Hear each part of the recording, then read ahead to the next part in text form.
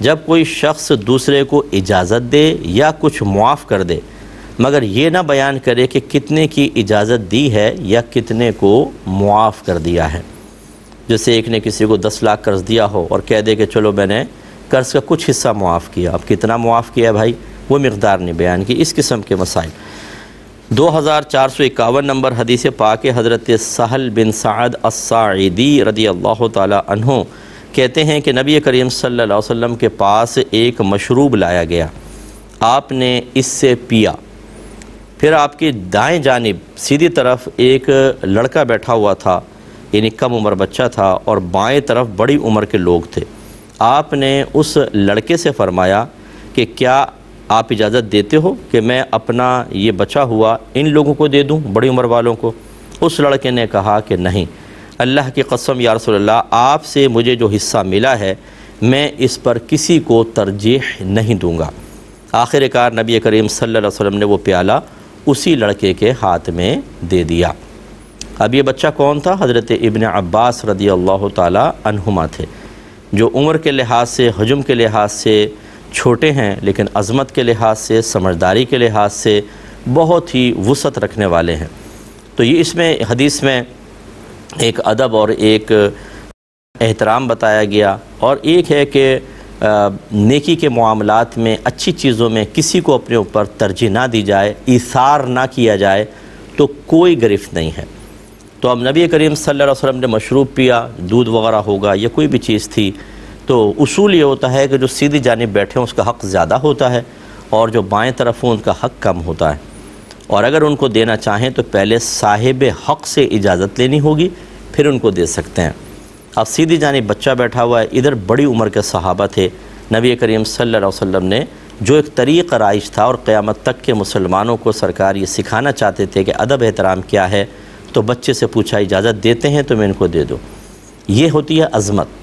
کہ میرے آقا صلی اللہ علیہ وسلم، اگر آپ اللہ کے قرب کے اعتبار سے دیکھیں کوئی آپ سے زیادہ قریب نہیں، مقام و منزلت کے اعتبار سے دیکھیں تو اللہ کے بعد اللہ تعالیٰ تو ہمارا خالق مخلوق میں نبی کریم صلی اللہ علیہ وسلم سے افضل کوئی بھی نہیں ہے۔ سرکار خود فرماتے ہیں انا سید الاولین والآخرین، میں پہلے والوں کا بھی سردار ہوں، میں بعد والوں کا بھی سردار ہوں۔ حاکم کے اعتبار سے دیکھ لیں، جہاں جہاں اس وقت اسلامی حکومت میرے آقا صلی اللہ علیہ وسلم اس پر حاکم ہے۔ افرادی قوت کے اعتبار سے دیکھ لیں، تمام صحابہ جان سار اشارہ کر دیں تو مرنے کے لیے تیار ہو جائیں،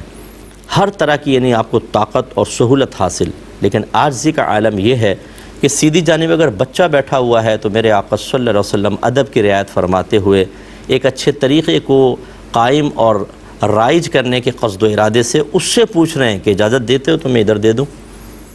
ورنہ زبردستی بھی اگر دیتے تو یہ اچھی چیز نہیں تھی۔ تو میرے آقا صلی اللہ علیہ وسلم نے سمجھایا کہ ہمیں آداب کی رعایت کرنی چاہیے اور صاحب حق کو فوقیت دینی چاہیے۔ اب اس بچے نے، سرکار نے پوچھا، انہوں نے منع کر دیا کہ میں آپ کے نعمت جو آپ کی طرف سے مل رہی ہو میں اس پہ کیوں کسی کو ترجیح دوں۔ اس کا مطلب یہ ہوا، پہلی چیز تو یہ کہ نیکیوں کے معاملے میں اور تبرکات کے معاملے میں اگر آپ فوقیت نہ دیں کسی کو تو یہ کوئی بے ادبی نہیں ہوگی، اور بلکہ بزرگان دین نے فرمایا بھی ہے کہ نیکیوں کے معاملے میں ایثار نہیں ہوگا۔ ایثار کا مطلب ہوتا ہے اپنی ضرورت قربان کر کے کسی اور کی مدد کرنا، اس کو ایثار کہا جاتا ہے۔ اور اگر آپ اپنی حاجت، اپنی ضرورت کو قربان نہیں کرتے، زائد آپ دیتے ہیں تو اس کو سخاوت سے تعبیر کرتے ہیں۔ جیسے علماء نے بیان فرمایا کہ اگر پہلی صف میں جگہ باقی ہو، یعنی موجود ہو، تو یہ صحیح نہیں ہے کہ آپ ہٹ جائیں اور کسی کو کہیں آپ ادھر آ جاؤ میرے ساتھ میری جگہ پر، کیونکہ پہلی صف میں سب سے زیادہ ثواب ہے،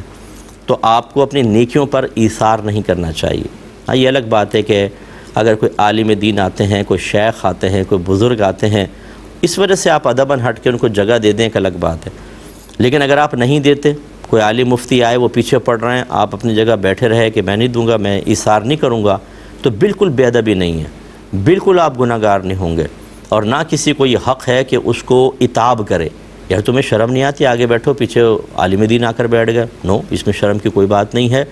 پہلی صف کا سب سے زیادہ ثواب ہے، اس کے بعد دوسری صف کا، پھر اسی طرح بتدریج ثواب کم ہوتا جاتا ہے۔ اگر وہ اپنی نیکیوں میں اثار نہیں کرنا چاہتا، کسی کو وہ نہیں دینا چاہتا، تو آپ بالکل اس کی گرفت نہیں کر سکتے۔ حدیث دیکھ لیں، حضرت ابن عباس رضی اللہ تعالی عنہما نے جب منع کر دیا یا رسول اللہ میں آپ کی اس چیز پہ کسی کو ترجیح نہیں دوں گا، تو کیا سب معاذ اللہ ان کو ڈانٹنے لگے تھے؟ یا سرکار نے کوئی اظہار ناراضگی فرمایا کہ ہم نے تو ویسے ہی پوچھ لیا تھا، تم نے ایسا کیوں کیا، یہ تو ادب کے خلاف ہے؟ یا بعد میں کسی نے آپ کو ڈانٹنے ڈپٹنے سمجھانے کی کوشش کی ہو؟ نہیں، سب کا ذہن بنا ہوا ہے، دے دیتے فوقیت، ٹھیک ہے، سرکار نے پوچھا، یعنی گنجائش تو تھی تبھی تو پوچھا نا کہ اپنے اوپر بڑوں کو فوقیت دے دو۔ اگر وہ دے دیتے یہ بے ادب تھا، لیکن اگر وہ نہیں مانے تو کسی نے بھی نہیں کہا کہ تمہارا یہ فعل بے ادبی ہے۔ اس لیے اچھی طرح یاد رکھیں، ہمارے بہت سارے لوگ جو ہوتے ہیں وہ عقل سے مسئلے حل کرنے کی کوشش کرتے ہیں، لیکن ہماری شریعت کے اصول جب آپ دیکھیں گے تو قربان جائے ہماری شریعت پہ کہ صاحب حق اگر چھوٹا بچہ بھی ہے تو شریعت نہیں کہتی کہ اس کے حق کو پامال کر کے اور بڑوں کو فوقیت دے دیں، اس کا حق ہے۔ اس چیز کو ذرا سمجھنا ہوگا۔ منع کیا تو نبی کریم صلی اللہ علیہ وسلم نے وہ پیالہ اسی لڑکے کو دے دیا۔ یہ ہوتا ہے ایک بہترین انصاف، یہ ہوتا ہے صاحب حق کو بر وقت اس کا حق دینا، یہ ہوتا ہے کہ کسی کو بھی اعتراض پیدا نہیں ہوا کہ جب صاحب حق کو حق مل رہا ہو، اور ہمارے ہاں بڑے برا مان جاتے، منہ بن جاتا۔ یعنی عام آدمیوں کی بات کر رہا ہوں کہ ہمارے ہاں اگر ایسا کوئی بچہ بیٹھا ہوتا اس سے کوئی پوچھے گا گھر میں، بولیں گے چلو باہر جا کے کھیلو، اور اگر پوچھ لیں منع کر دے تو کان مروڑ دیں گے اس کا، اور ایک تھپڑ ماریں گے کہ تم سے ویسے ہی پوچھ لے تو میرے تو نخرے ہو گئے، دو ادھر۔ یہ طریقہ کار نہیں ہوتا، طریقہ کار یہ ہوتا ہے جو میرے آقا صلی اللہ علیہ وسلم نے اختیار فرمایا۔ اسی لیے ان کی عظمتیں دیکھ لیں اور ہماری حرکتیں اور ویلیو دیکھ لیں، یہ مناسب نہیں، تو اس سے ہمیں سیکھنا چاہیے۔ اور اس طرح کبھی گھر میں ہو کہ سیدھی جانب کسی بچے کو کچھ دیا جا رہا ہو اور اس میں وہ کسی اور کو فوقیت نہ دے تو اس کو ڈانٹے ڈپٹے نہیں، اس کو بدتمیز نہ کہے، وہ اس کا حق ہے۔